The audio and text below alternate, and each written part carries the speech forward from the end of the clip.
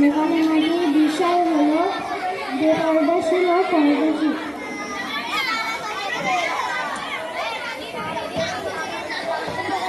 আসসালামু আলাইকুম বোন। আরে বোন, তুমি আমাকে সালাম দিলে কেন?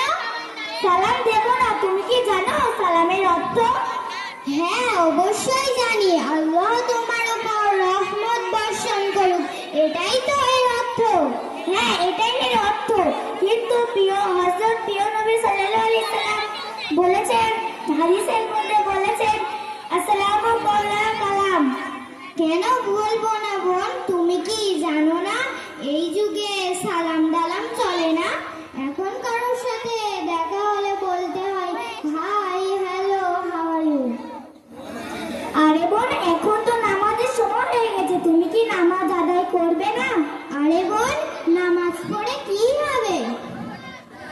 আরে বোন, আল্লাহ পাক কোরআনের মধ্যে কি বলেছেন তুমি কি জানো না? কি বলেছেন আবার? তাহলে শোনো, আল্লাহ পাক কোরআনের মধ্যে বলেছেন, যে ব্যক্তি নামাজ পড়তে পড়তে খারাপ কাজ থেকে দূরে সরে যাবে, রাসূল সাল্লাল্লাহু আলাইহি সাল্লাম হাদিসের মধ্যে বলেছেন। আরে বোন, আমার আগে 70-80 বছর বয়স হোক, থুতথুরে বুড়ি হব, উঠতে গেলে লাঠি, বসতে গেলে মাটি, তখন ঠিক জান্নাতের চাবিকাঠি তৈরি করে নেব। আরে বোন, তুমি কি বলছো? 70-80 বছর বয়স হোক, তুমি তো 70-80 বয়সে মরে যাবে।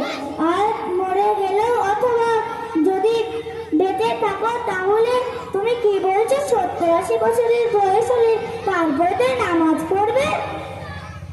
আরে বোন, আমি আল্লাহকে বিশ্বাস করি না।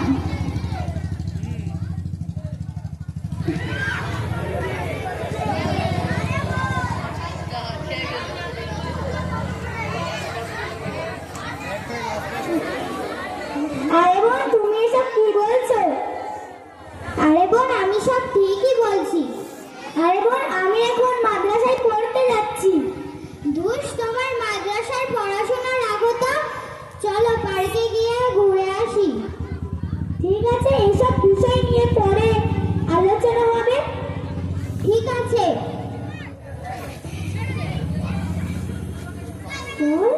তুমি বলো। ঠিক আছে, এইসব বিষয় নিয়ে আবার পরে আলোচনা হবে। ঠিক আছে, তখন দেখা হবে সন্ধ্যের পরে। ঠিক আছে, গুড বাই। এসো, আজকেই তো সেই দিন। হ্যাঁ, মনে আছে তো? বলো দেখি। হ্যাঁ, আগের দিন তোমরা কলেজ যাচ্ছিলে আর কিছু ছেলে তোমাদের বিরক্ত করছিল আর তোমরা বলছিলে যে জুতোর বাড়ি মারবো।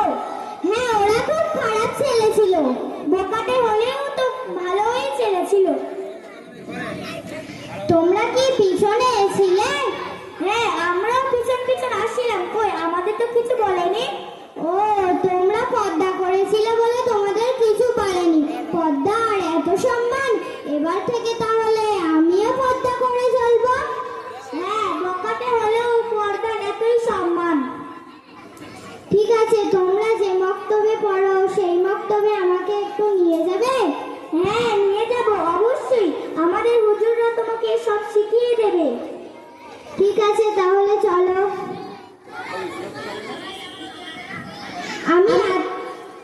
আমি আতিকা, তোমাদের সামনে নামাজের গুরুত্বগুলি ধরে তুললাম।